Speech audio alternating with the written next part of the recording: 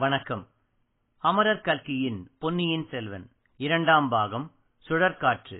உங்களுக்காக வாசிப்பது ஸ்ரீ பூர்வகதை. தமிழகத்தின் சரித்திரத்தில் ராஜராஜ சோழர் என்று புகழ்பெற்ற அருள்மொழிவர்மர் இளவரசராயிருந்த சமயத்தில் இலங்கையில் சோழ நாட்டு படைகளுக்கு தலைமை வகித்து போர் நடத்தி கொண்டிருந்தார். அவருடைய தந்தை சுந்தர சோழ சக்கரவர்த்தி நோய்வாய்ப்பட்டு தஞ்சையில் படுத்த படுக்கையில் இருந்தார்.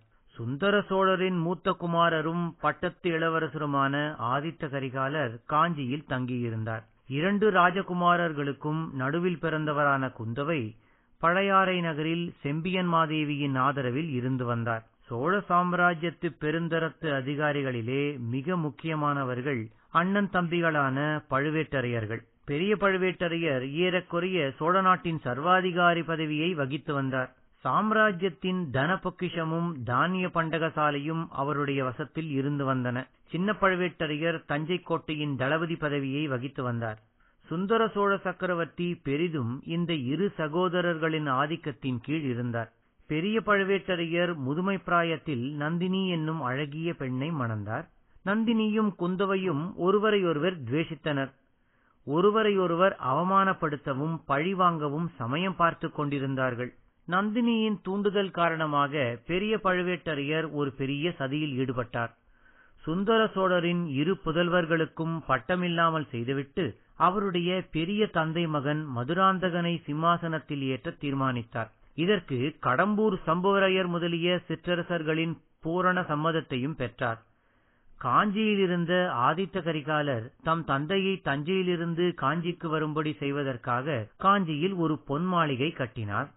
அதை வந்து பார்க்கும்படி தந்தையை வேண்டிக் கொண்டு தஞ்சைக்கு ஓலை கொடுத்து அனுப்பினார். ஓலையை எடுத்துச் சென்றவன் வந்தியத்தேவன் என்னும் பழைய வானர் குலத்து வீரன். அவன் வழியில் சம்புவரையர் மாளிகையில் தங்கியிருந்த போது மேற்படி சதியாலோசனையை பற்றி தெரிந்து கொண்டான். தஞ்சை சென்று சுந்தர சோழரிடம் ஓலையை கொடுத்த பிறகு பழையாறைக்கு போய் குந்தவை தேவியை கண்டான். அவளிடம் தான் அறிந்ததையெல்லாம் சொன்னான். குந்தவை அவனை இலங்கை சென்று தன் அருமை சகோதரனை அழைத்து வரும்படி ஏவினாள். வழியில் பல அபாயங்களுக்கு தப்பி வந்தியத்தேவன் இலங்கை வந்து அருள்மொழிவர்மரிடம் குந்தவையின் ஓலையை கொடுத்தான். அதே சமயத்தில் இளவரசரை தேடிக்கொண்டு இன்னும் சிலரும் வந்து சேர்ந்தார்கள். முதன் மந்திரி அனிருத்தர் ஆழ்வார்க்கடியானிடம் இளவரசர் இலங்கையிலேயே இருத்தல் நலம் என்று சொல்லி அனுப்பினார். தம்பியை கையோடு காஞ்சிக்கு அழைத்து வரும்படி ஆதித்த கரிகாலர் பார்த்திபேந்திரனை அனுப்பியிருந்தார். சோழகுலத்தை அடியோடு கருவறுக்க சபதம் செய்திருந்த கொலைகாரர் கூட்டத்தைச் சேர்ந்த 2வரும் இலங்கைக்கு வந்திருந்தார்கள். அருள்மொழிவர்மர் இலங்கைக்கு வந்த புதிதில் அவர் தண்டு இறங்கியிருந்த இடத்தை ஊமை ஸ்திரீ ஒருத்தி சுற்றி சுற்றி வந்து ஓலமிட்டாள்.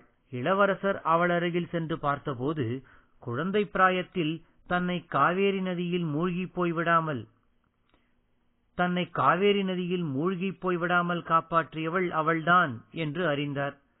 இளவரசர் தங்கியிருந்த இடம் கொடிய நடுக்கு சுரம் பரவியிருந்த இடம் என்பதை அம்மாதரசி உணர்த்தி அங்கிருந்து போய்விடும்படி எச்சரித்தாள்.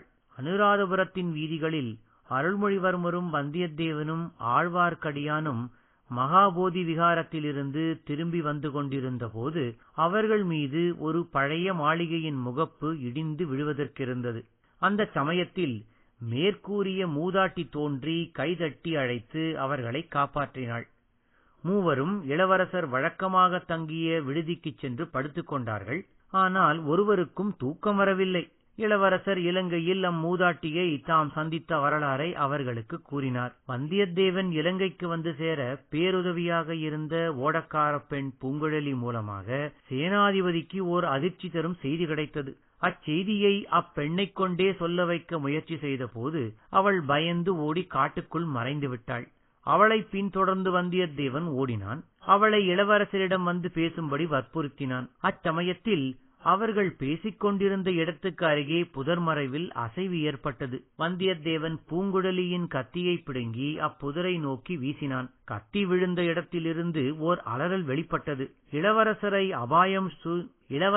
அபாயம் சூழ்ந்திருப்பதை அறிந்த பூங்குழலி வந்தியத்தேவனுடன் அவரை காணச் சென்றாள். அவர், சமுத்திரகுமாரி, என்னை உனக்கு நினைவிருக்கிறதா என்று கேட்டார். நன்றாக நினைவிருக்கிறது என்று பதில் சொன்ன பூங்குழலி இளவரசரை கைது செய்து வரச் சொல்லி சுந்தர சோழ மகாராஜா அனுப்பிய வீரர்கள் 2 மரக்கலங்களில் வந்து தொண்டைமான் ஆற்று முகத்வாரத்தின் அருகில் காத்திருப்பதாகச் சொன்னாள். இலங்கை ராஜ்யத்தை கைப்பற்றி முடிசூட்டிக் கொள்ள இளவரசர் முயற்சி செய்வதாகவும் அதனாலேயே சக்கரவர்த்தி அவரை கைது செய்து வர படை அனுப்பி இருப்பதாகவும் அவர்கள் பேசிக்கொண்டதை தான் கேட்டதாகச் சொன்னாள். சேனாதிபதி பூதி விக்ரமகேசரியும் பார்த்திவேந்திரனும் தடுத்தும் கேளாமல் தந்தையின் கட்டளைப்படி நடப்பதே உசிதம் என்று சொல்லி வந்துள்ள வீரர் படையை நோக்கி தாமே சென்று கைதாகப் போவதாக இளவரசர் அறிவித்தார். தொண்டைமானாற்றின் முகத்வாரத்துக்கு தன்னை அழைத்துச் செல்லும்படி இளவரசர் பூங்குழலியிடம் கேட்க அவளும் சம்மதித்தாள். பூங்குழலி மேல் நம்பிக்கையில்லை எனவும் தாமும் உடன் வருவதாகவும் சேனாதிபதி கூறவே இளவரசர் ஒரு புன்னகையுடன் அதை ஆமோதித்தார். புறப்பட்டார்கள்.